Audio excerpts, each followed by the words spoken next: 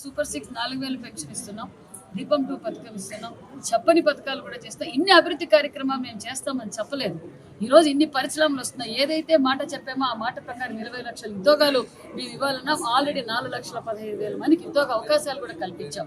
మేము సూపర్ 6 పథకాలు చేయమని చెప్పి ఖచ్చితంగా ఫీజు మేనర్ ప్రకారం చేస్తామని కూడా తెలియజేస్తాం. ఆల్రెడీ చేస్తున్నామన్న విషయం కూడా వాళ్ళకి తెలుసు. వాళ్ళు ఉనికి చాటుకునే కోసం ఈరోజు వాళ్ళు చేసిన అప్పులు మేము కట్టుకుంటూ అభివృద్ధి చేసుకుంటూ పరిశ్రమలు తీసుకొస్తూ సంపద సృష్టించి ఈరోజు రాష్ట్రాన్ని అభివృద్ధి బాటలో తీసుకెళ్తున్నాం. ఒక వైసీపీ వాళ్ళకి తప్ప ప్రజలందరూ ముఖ్యమంత్రి చంద్రబాబు నాయుడు గారి మీద సంపూర్ణమైన నమ్మకంతో ఏదైతే నమ్మకంతో ఓటేశారో ఆ నమ్మకంతో ప్రజలు ఉన్నారు. మరి ఆ 11 మందికి తప్ప మిగతా వాళ్ళందరికీ చంద్రబాబు నాయుడు గారు ఎన్డీఏ ప్రభుత్వం ఏ విధంగా అభివృద్ధి చేస్తుందో తెలుసు.